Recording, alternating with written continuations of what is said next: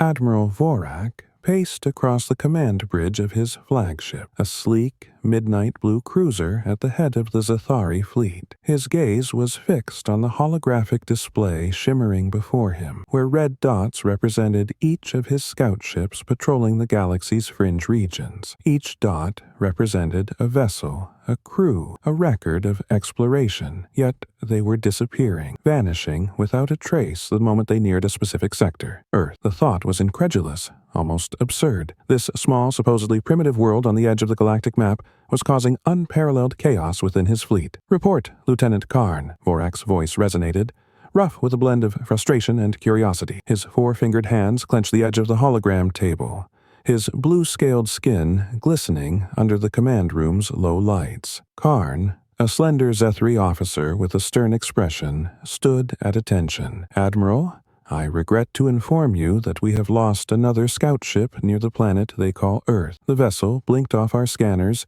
just as it crossed the gravitational boundary of their solar system. There was no distress signal, no indication of malfunction. It simply vanished." Vorak felt a surge of disbelief. 3 fleets, 3 entire fleets had disappeared in the past month, all near this inconspicuous solar system. None of the ships had managed to send even the faintest message before vanishing. It was unlike anything the Zathari had encountered in their long history of space exploration and conquest. Earth's technology, by all estimates, was nowhere near sophisticated enough to pose any threat to the Zathari. So, what was causing these fleets to disappear? He muttered to himself, "Impossible. The humans are a young species, barely out of their atmosphere and already capable of this?" His tentacles twitched with agitation. It was an unsettling thought, one he couldn't afford to entertain for long. His reputation, and perhaps even his career, rested on understanding and resolving this mystery. "Admiral, perhaps it's not human technology that's causing this," ventured his second-in-command,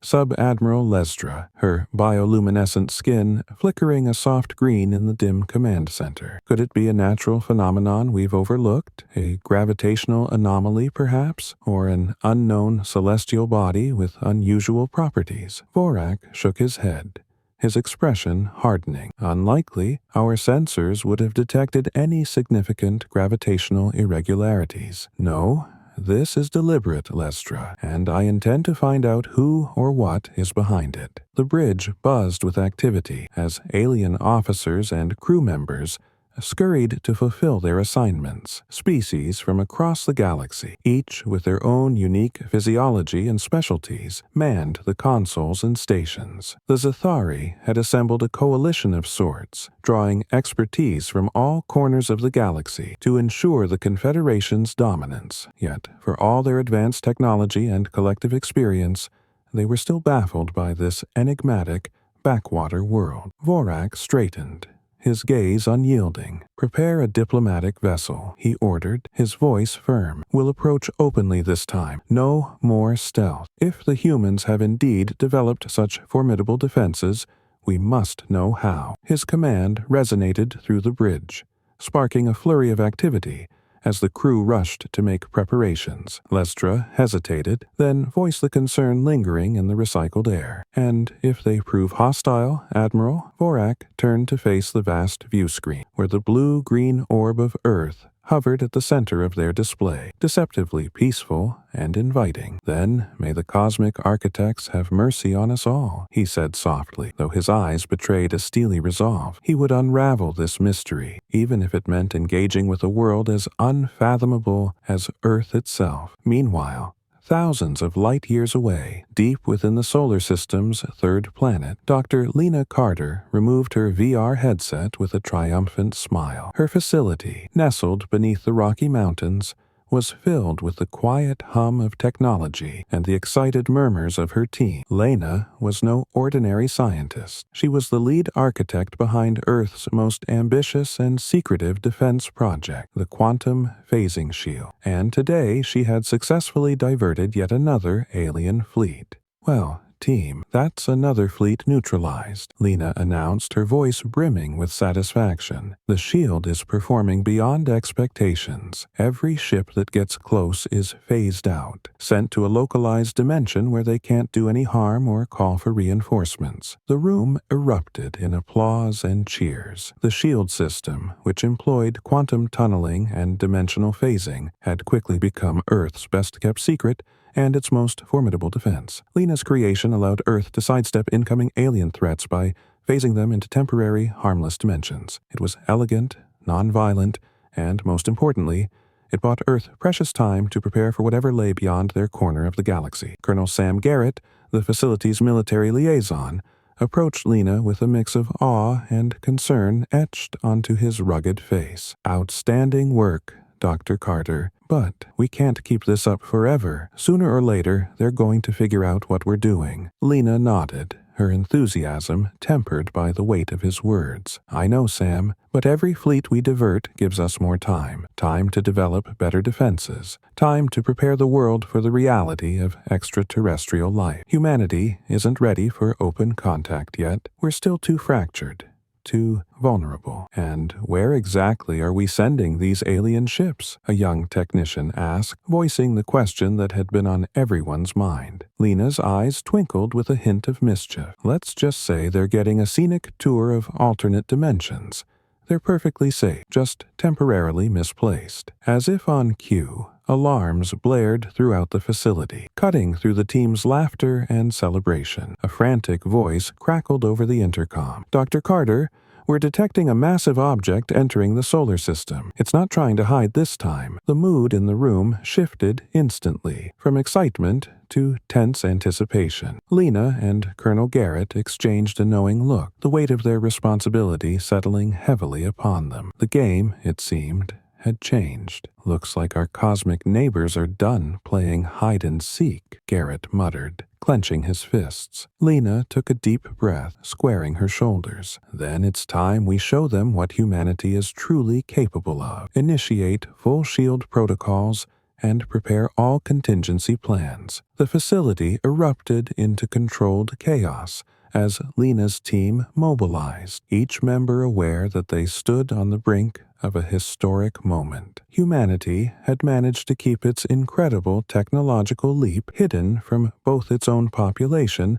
and the prying eyes of the galaxy. But now, as the alien fleet drew closer, the veil was about to be lifted. The shield system was a marvel of quantum science, born from years of research into quantum entanglement and dimensional phasing. It allowed Earth to deflect threats without open violence, avoiding unnecessary escalation. But with each success came a growing sense of dread. How much longer could they keep this up before the galaxy demanded answers? As the screens showed the incoming alien vessels edging ever closer, Lena felt a mix of excitement and dread. The era of secrecy was coming to an end. Soon, the galaxy would discover that Earth was far from defenseless, and humanity's future would hang in the balance. In the depths of Earth's most advanced, covert facility, buried beneath layers of reinforced concrete and camouflaged against even the most sophisticated satellite scans, Dr. Lena Carter and her team were racing against the clock. The alarms had subsided, replaced by a steady pulse of warning lights as everyone on the floor awaited Lena's next move. Monitors displayed real-time data from the quantum phasing shield, a line of code ticking down, counting every second until the fleet approached the range limit of Earth's defenses. "This isn't a drill, people," Lena announced, her voice steady yet tense. "Activate all shield parameters. I want every subsystem running at maximum capacity." Around her, technicians and engineers moved swiftly to their stations, eyes glued to screens, fingers flying across keyboards. The shield system was an intricate network of quantum processors and phased projectors, each one linked to generate a field large enough to engulf and relocate entire fleets of starships. Lena watched the holographic display before her, noting every data point and spike in energy. They had successfully phased out countless ships before, but each time felt like they were inching closer to discovery. Colonel Garrett joined Lena at the main console, his expression grim. "If they're coming in full force this time, I don't know how long we can keep redirecting them. How many phases can this shield withstand? As many as we can manage with the power we've got, Lena replied, not taking her eyes off the data feed. The system's designed to handle multiple transfers in rapid succession, but each one drains resources. Every additional ship we phase weakens the field's overall stability. Garrett frowned, running a hand over his buzz-cut hair. We're operating on borrowed time, Doc. They're going to get wise to this sooner or later. Lena knew he was right. The shield had been developed in secret, using cutting-edge research into quantum mechanics and dimensional energy transfers. Technologies barely understood even by the minds that created them. Yet, even as advanced as the quantum phasing shield was, it was far from perfect. Every time they phased an alien fleet, they risked exposure, and if the shield ever failed, Earth would be vulnerable. The facility's intercom crackled to life, and the voice of Jody Park, the lead technician for the shield's phase matrix, broke through. Dr. Carter, we're picking up something unusual in the fleet's trajectory. It's almost as if they're adjusting their course to counter the shield. Lena's heart skipped a beat. She rushed over to Jody's console, analyzing the data. The alien fleet was indeed making subtle course adjustments, movements that suggested they'd detected something unusual. They were testing the perimeter, searching for weaknesses in the field, trying to find a way in. This changes things, Lena muttered, her mind racing. They're adapting. They must have detected some sort of pattern in our shield's energy output. Garrett clenched his jaw. What happens if they figure it out? If they break through? Lena hesitated, the full weight of the situation settling on her shoulders. We won't be able to phase them out. They'll see exactly where we are and how to get to us. The thought hung heavy in the air. This fleet wasn't like the previous scouts and probes. It was larger, better organized, and clearly prepared for an encounter with something formidable, and Earth's last line of defense was on the verge of exposure. I have an idea, Jody said suddenly, breaking the silence. If we amplify the field's oscillation frequency, we might be able to generate a randomized pattern. It'll make it harder for them to predict the shield's phasing intervals. Lena nodded, a glimmer of hope sparking in her eyes. That's brilliant, Jody. Do it. Run the algorithm on all shield generators. We'll give them something they've never seen before. Jody tapped a few commands into her console, and a new layer of code streamed across the screen. The quantum phasing shield began to hum at a different pitch, vibrating with an unpredictable rhythm that sent energy spikes through the field. The alien fleet, still on its approach, made several hesitant adjustments, as if confused by the sudden fluctuation. Colonel Garrett exhaled, visibly relieved. That should buy us some time, maybe enough to see what their next move is. Lena watched the display intently, noting every change in the fleet's approach. Yet she knew that this was only a temporary measure. The alien forces were too organized, too persistent. It was only a matter of time before they adapted again. While the team maintained their efforts to secure the shield, Lena's thoughts drifted to the origins of this technology. The quantum phasing shield had begun as a mere theory in quantum displacement, a research initiative funded in secret and intended to protect Earth from potential extraterrestrial threats. Years of tireless work, countless breakthroughs in physics and engineering, and the collective genius of her team had brought it to life. They had developed a defensive system that didn't destroy or harm, but simply diverted intruders elsewhere, allowing humanity to avoid conflict while they prepared for the day contact became inevitable. Lena knew that day was closer than ever. Their time in the shadows was drawing to an end. Her thoughts were interrupted by a commotion at the far end of the command center. One of the technicians, a young man named Ben, was gesturing frantically at his monitor. Dr. Carter, Colonel Garrett. Ben's voice trembled with urgency. I'm detecting a small craft, much smaller than the main fleet. It's managed to slip through the shield's outer edge. It's landed on Earth. Lena felt her pulse quicken. Where? Eastern Europe, near the border of Poland and Germany. It's hidden in a forested area, and it's cloaked. But we picked up traces of its landing through the residual phase signal. Garrett's expression hardened. We've got company. Lena's mind raced.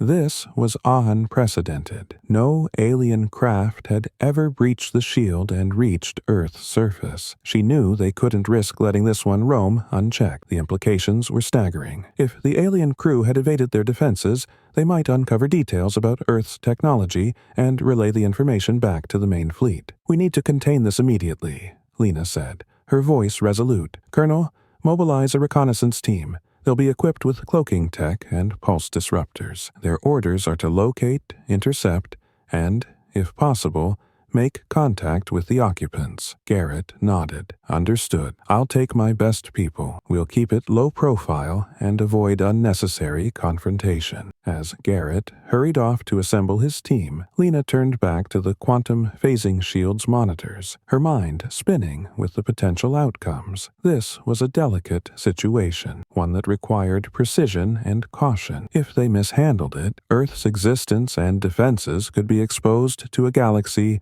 they'd only just begun to glimpse. While Garrett prepared the reconnaissance mission, Lena ran through possible scenarios. What if the aliens came in peace? Could they afford to communicate? And what if they were hostile, or worse, emissaries scouting Earth's defenses for an impending invasion? Lena straightened, her focus sharp as ever. Whatever the case, they couldn't afford to leave anything to chance. The success of the quantum phasing shield, and perhaps the fate of humanity, depended on how they handled this uninvited visitor. As Garrett's team departed, stealth drones whirred to life, cloaking devices activated, and the countdown to their rendezvous began. Lena watched the screen as the alien fleet hovered just beyond the shield's reach, waiting for the next phase shift. Earth's secret was still safe for now, but for how much longer? Lena could feel the weight of history pressing down on her shoulders. They were entering a new phase, one she'd always feared and prepared for in equal measure. The stakes had never been higher. Sub-Admiral Krill adjusted his environmental suit, glancing around the dense forest with a mix of curiosity and caution. The trees were tall and foreign, their branches reaching toward the sky like spindly fingers, while the undergrowth crunched beneath his boots. He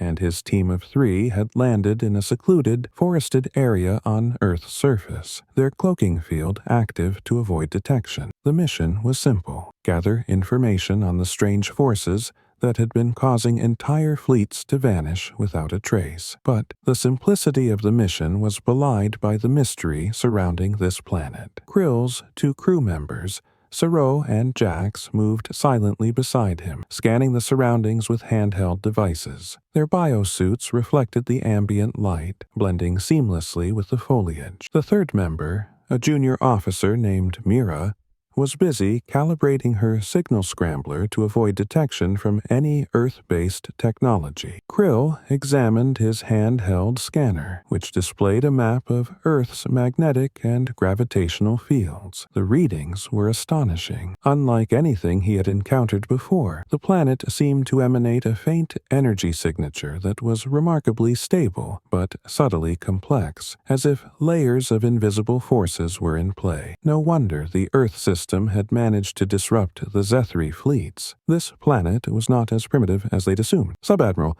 I'm detecting faint signatures in the electromagnetic spectrum," Mira whispered, her tone cautious. "It's possible that this planet has more advanced observational capabilities than we anticipated. If we're not careful, they might detect us." Krill gave a slight nod, taking in the details. "Stay alert. We have yet to confirm whether the humans are behind the disappearances, but we proceed under the assumption that they are. And remember, observe. Do not engage unless absolutely necessary." The group continued their trek deeper into the forest, their footsteps muffled by the soft soil and fallen leaves. Earth's environment was vibrant, almost alive with sounds they weren't used to: the rustling of leaves, the distant calls of unseen creatures. It was a stark contrast to the sterile, controlled environments they were accustomed to aboard the fleet's ships. Jax, the team's tech specialist, paused mid-stride, his eyes widening. "Sub-Admiral, look at this." He held up his device, which displayed a looping data wave in the scanner feed. Krill examined the display, his expression growing tense. "A phase signature," he murmured. "It's faint, but this confirms it. There's something artificial at play here, and it's sophisticated, more than we anticipated from a species we previously considered underdeveloped. Serrault looked around, his own scanning device held at the ready. So, the humans have technology that can phase entire fleets. How is that even possible? We've been monitoring them for cycles, and they've barely advanced in space travel. Krill pondered the question, his gaze distant. The galaxy is full of secrets. It's possible that Earth has access to technology they don't fully understand themselves. Perhaps something left behind by an ancient civilization or an unintentional breakthrough. Whatever the case, we need answers, and soon. Before they could continue, Mira's signal scrambler emitted a soft beep, and she looked up sharply. We've got incoming signals from the east, several in fact. They're close and moving fast. Krill's eyes narrowed. Humans? Almost certainly, Mira confirmed. They're maintaining a tight formation, consistent with reconnaissance unit. It looks like they found us. Krill considered their options. The mission was strictly observational, but they couldn't afford to be captured or interrogated by these humans. They knew too little about Earth's intentions to take any unnecessary risks. Activate secondary cloaking protocol, Krill ordered. We'll shift positions and observe. I want to see what kind of forces we're dealing with before we make any hasty decisions. The team moved swiftly, their suits blending even more seamlessly with the environment as they ducked behind thick trees and rocks. Within moments, they heard the soft rustling of boots approaching, accompanied by faint, hushed voices. Krill examined his handheld scanner, which displayed a map of Earth's magnetic and gravitational fields. The readings were astonishing. Unlike anything he had encountered before, the planet seemed to emanate a faint energy signature that was remarkably stable, but subtly complex, as if layers of invisible forces were in play. No wonder the Earth system had managed to disrupt the Zethri fleets. This planet was not as primitive as they'd assumed. "Sub-Admiral, I'm detecting faint signatures in the electromagnetic spectrum," Mira whispered, her tone cautious. "It's possible that this planet has more advanced observational capabilities than we anticipated. If we're not careful, they might detect us." Krill gave a slight nod, taking in the details. "Stay alert. We have yet to confirm whether the humans are behind the disappearances, but we proceed under the assumption that they are. And remember, observe. Do not engage unless absolutely necessary." The group continued their trek deeper into the forest, their footsteps muffled by the soft soil and fallen leaves. Earth's environment was vibrant, almost alive with sounds they weren't used to, the rustling of leaves, the distant calls of unseen creatures. It was a stark contrast to the sterile, controlled environments they were accustomed to aboard the fleet's ships. Jax, the team's tech specialist, paused mid-stride, his eyes widening. "Sub-Admiral, look at this." He held up his device, which displayed a looping data wave in the scanner feed. Krill examined the display, his expression growing tense. "A phase signature," he murmured. "It's faint, but this confirms it. There's something artificial at play here, and it's sophisticated, more than we anticipated from a species we previously considered underdeveloped." Serrault looked around, his own scanning device held at the ready. So, the humans have technology that can phase entire fleets. How is that even possible? We've been monitoring them for cycles, and they've barely advanced in space travel. Krill pondered the question, his gaze distant. The galaxy is full of secrets. It's possible that Earth has access to technology they don't fully understand themselves. Perhaps something left behind by an ancient civilization or an unintentional breakthrough. Whatever the case, we need answers, and soon. Before they could continue, Mira's signal scrambler emitted a soft beep, and she looked up sharply. "We've got incoming signals from the east, several in fact. They're close and moving fast." Krill's eyes narrowed. "Humans? Almost certainly," Mira confirmed. "They're maintaining a tight formation, consistent with reconnaissance unit. It looks like they found us." Krill considered their options. The mission was strictly observational, but they couldn't afford to be captured or interrogated by these humans. They knew too little about Earth's intentions to take any unnecessary risks. "Activate secondary cloaking protocol," Krill ordered. "We'll shift positions and observe. I want to see what kind of forces we're dealing with before we make any hasty decisions." The team moved swiftly, their suits blending even more seamlessly with the environment as they ducked behind thick trees and rocks. Within moments, they heard the soft rustling of boots approaching, accompanied by faint, hushed voices. Krill inclined his head. "I am Sub-Admiral Krill of the Zathari Confederation. We seek to understand the phenomenon affecting our fleets near this planet. Ships disappearing without a trace. Do you know of this?" Garrett exchanged a glance with his team before responding, his voice careful. "That depends. What do you intend to do with that knowledge?" Krill took a measured pause, gauging the sincerity in Garrett's tone. "Only to find answers.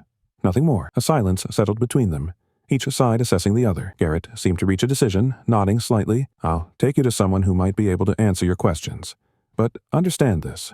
You're under strict observation. Any hostile actions, and this opportunity disappears." Krill nodded, a faint sense of relief settling over him. "Understood, Colonel." The tension remained palpable as Garrett's team moved into formation, with Krill's group at the center. Together, they began the journey back to the hidden Earth facility, where answers, and potentially a dangerous truth, awaited them all. The air inside the facility was thick with tension, as Krill and his team were escorted down a narrow corridor by Garrett's unit. Cold, metallic walls glinted under fluorescent lights, casting elongated shadows that danced with every step. Krill kept his hands visible, moving carefully as the human soldiers flanked him, their weapons lowered but ready. Mira, Sero, and Jax walked in silence behind him, their eyes scanning the surroundings with both fascination and wariness. Eventually, they arrived at a large, reinforced door that slid open with a soft hiss, revealing a spacious room lined with screens and consoles. At the far end,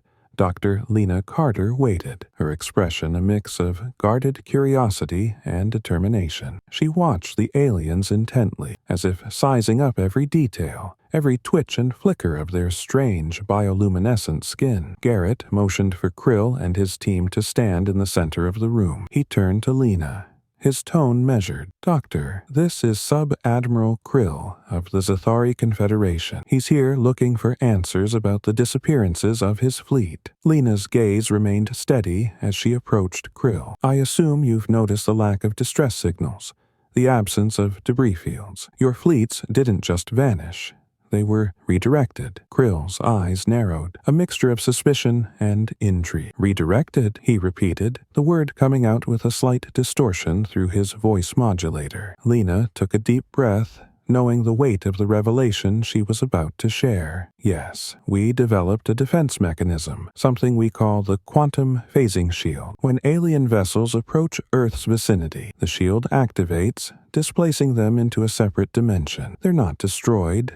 They're simply phased out, held temporarily in a contained space where they can't communicate with the outside world." Krill absorbed the information in silence, his mind racing. The idea of a species as seemingly primitive as humans possessing such technology defied everything the Zathari understood about Earth. "How is this possible?" he finally asked, his voice carrying a mix of disbelief and reluctant admiration. "Your species is young, barely venturing beyond your own atmosphere. This shield is beyond the capabilities of even the most advanced civilizations." Lena exchanged a glance with Garrett, then looked back at Krill. "We may be young in terms of galactic exploration, but necessity is a powerful motivator. Earth is isolated, vulnerable. We knew the galaxy would eventually come calling, and we couldn't afford to wait idly. We developed the shield as a way to protect ourselves without engaging in direct conflict." Sero, one of Krill's crew members, spoke up, his voice laced with astonishment. "So, all this time,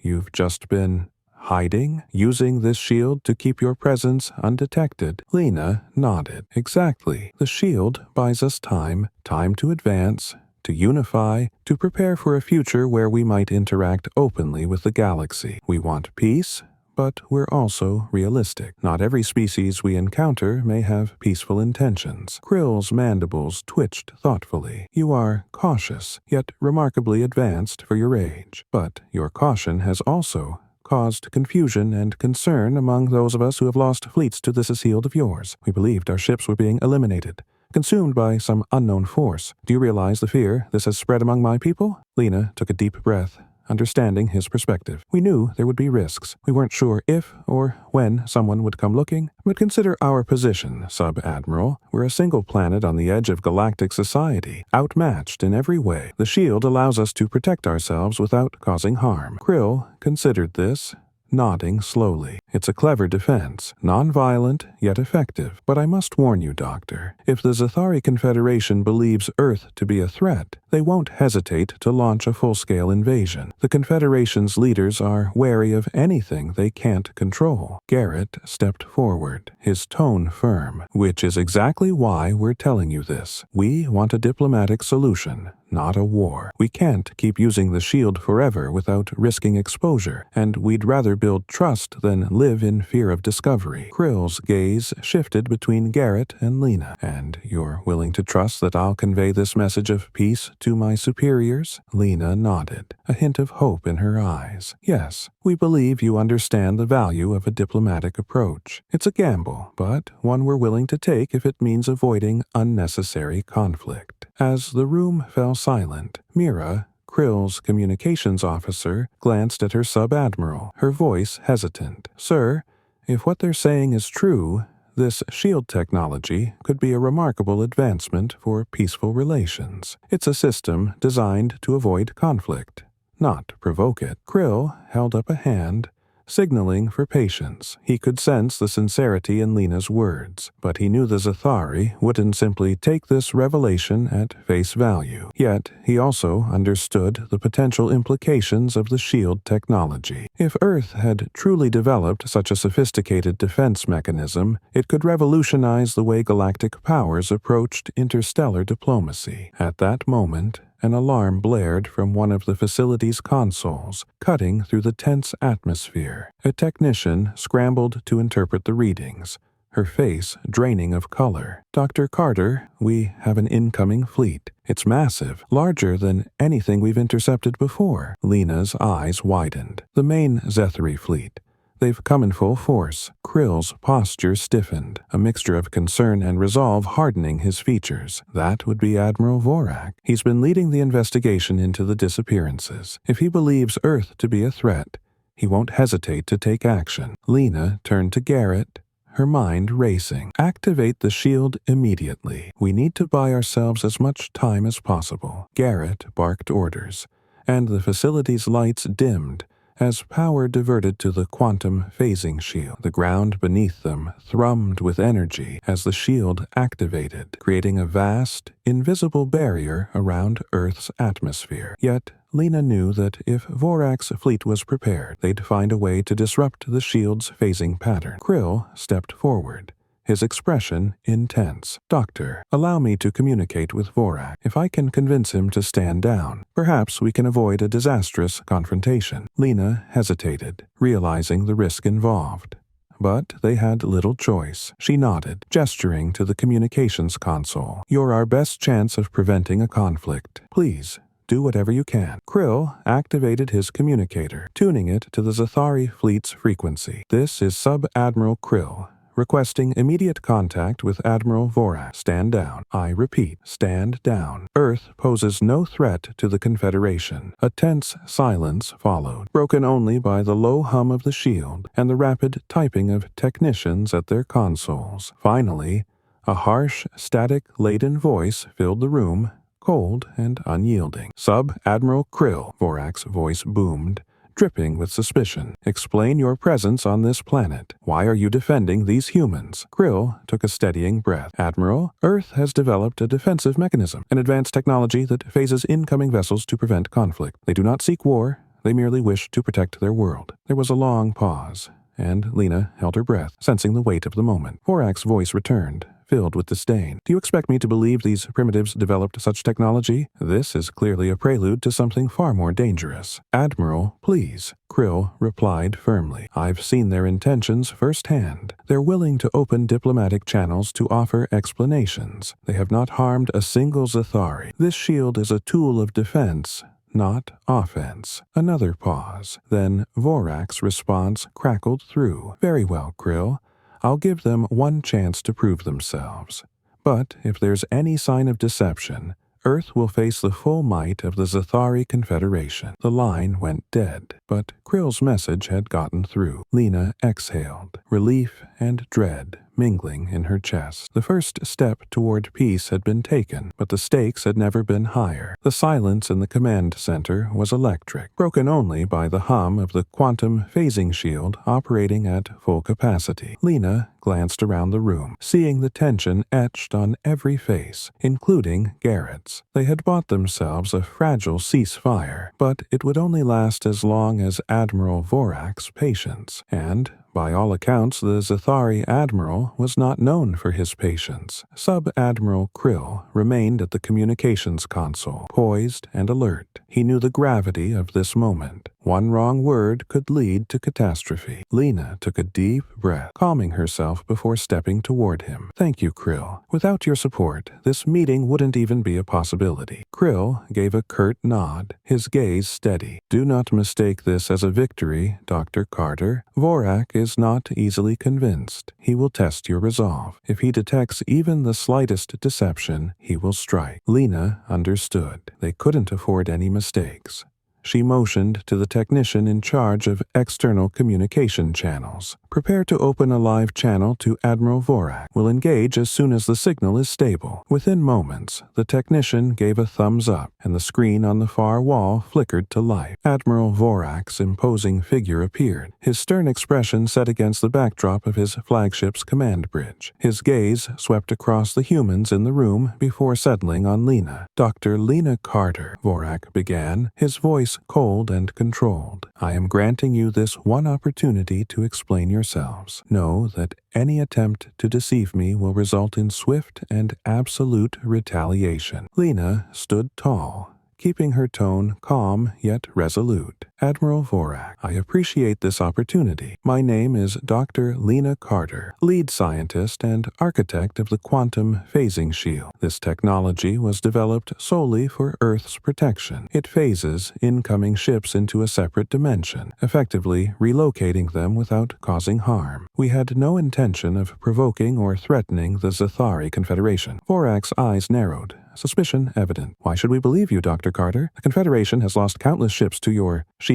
It would be within my rights to demand retribution." Lena held his gaze, refusing to waver. "Admiral, if we had intended harm, those ships would not have survived. Our objective has always been defensive. We understand that you see our actions as hostile, but we chose this path to avoid open conflict." At her words, Krill stepped forward, adding his voice to the conversation. "Admiral, I have witnessed their intentions firsthand. Their actions are driven by caution, not aggression. The humans are willing to engage in diplomacy. I believe this technology represents a unique approach to defense, one that could benefit the Confederation if we choose cooperation over conflict." Vorak's expression remained guarded, but a flicker of interest flashed in his eyes. "You are proposing that the Confederation could learn from this technology?" Lena nodded. "Yes, Admiral. Earth is open to collaboration. We wish to share our advancements and to foster a relationship built on mutual understanding. We know our presence in the galaxy is new and may even seem disruptive, but we believe it doesn't have to be divisive." Vorak considered her words, his gaze shifting between Lena and Krill. "And what do you propose, Doctor?" "An alliance," Lena replied, choosing her words carefully. "We can offer the Confederation insight into our shield technology, providing safeguards to ensure your fleets are never again phased unintentionally. In return, we hope for a mutual understanding, a pledge that Earth will be respected as a sovereign planet with the right to defend itself." A murmur rippled through the command center as everyone waited for Vorak's response. The pause stretched, thick with anticipation. Finally, Vorak exhaled, the rigid lines in his face softening, if only slightly. "Very well, Dr. Carter," he said, his tone measured. "The Zathari Confederation will entertain this proposal, but understand that this alliance is contingent on continued transparency and cooperation from Earth. Any deviation from this agreement will be seen as an act of defiance." Lena nodded, relief washing over her. "Understood, Admiral. Earth will uphold its end of the agreement." Vorak gave a curt nod. Then we shall proceed. Sub-Admiral Krill will remain on Earth as the Confederation's envoy, ensuring compliance and communication between our worlds. Any necessary exchange of information regarding your shield technology will be handled through him. Krill's eyes widened slightly, but he regained his composure, giving a respectful nod. I am honored to serve, Admiral. Satisfied. Vorak cut the communication. His face disappeared from the screen, leaving the command center in a silence that felt almost surreal. The crisis had passed, and an alliance, however tentative, had been forged. Garrett turned to Lena, a faint smile on his usually serious face. Well, Doc, looks like you just brokered peace with an alien confederation. Not bad for a day's work. Lena chuckled, the tension finally leaving her shoulders. It's a start. We've managed to avoid war, but this is only the beginning. There's a lot to be done if we're going to maintain this alliance and keep Earth safe. Krill approached, his expression as reserved as ever, though a glimmer of approval was evident in his eyes. Dr. Carter, Colonel Garrett, you've handled this situation with remarkable composure. I must admit I did not expect humans to act with such prudence. Garrett grinned, crossing his arms. Underestimate us again, Krill, and you might be surprised by what we can do. Krill tilted his head, a faint smile tugging at the corners of his mandibles. Duly noted, Colonel. In the days that followed, a new phase of cooperation began. Krill was granted access to the shield's control systems, his diplomatic role placing him as the intermediary between Earth and the Zathari Confederation. Together with Lena and her team, he examined the quantum phasing shield's technology, analyzing ways to refine and integrate it safely without risking the Confederation's fleets. Earth's leaders were brought up to speed on the alliance, initiating discussions on how to introduce the existence of extraterrestrial life to the public gradually. It was a delicate balance. They wanted to prepare humanity for this monumental discovery without sparking widespread fear or unrest. One evening, as the sun set over the facility's mountain landscape, Lena and Krill found themselves in the observation room, overlooking the vast expanse of forests below. The quiet was comforting, a peaceful contrast to the turmoil of recent events. I have to admit, Sub-Admiral, Lena began, her gaze fixed on the horizon. When this all started, I never imagined we'd end up working together like this. Krill regarded her thoughtfully. Neither did I, Dr. Carter. But perhaps that is the beauty of unexpected alliances. In my experience, the galaxy is unpredictable. Those who adapt survive. Perhaps that's something our species share. Lena smiled, considering his words. We're adaptable, all right, and stubborn. I think that's what helped us get this far. Krill nodded, a rare softness in his expression. Then I look forward to seeing how far we can go together. As they watched the last light fade over the mountains, a sense of calm settled over them, a fleeting but powerful reminder that peace, no matter how fragile, was worth pursuing. They had come to the brink of war and had emerged not as enemies, but as allies. In the weeks that followed, Earth's relationship with the Confederation began to take shape. Knowledge exchanges were initiated, and Earth's technology advanced at a pace few could have imagined. Yet, the alliance brought challenges too: cultural misunderstandings, diplomatic negotiations, and the delicate balance of maintaining humanity's autonomy. But for now, Earth had secured its place among the stars, and as Lena looked toward the future, she knew this was only the beginning. Humanity's journey was far from over, and with each new step, they would face greater mysteries, forge new alliances, and write their story across the vast, endless tapestry of the cosmos. The question of alien fleets disappearing near Earth was no longer a mystery. It was now a legend of how one small planet, against all odds, stood its ground and claimed its place among the stars.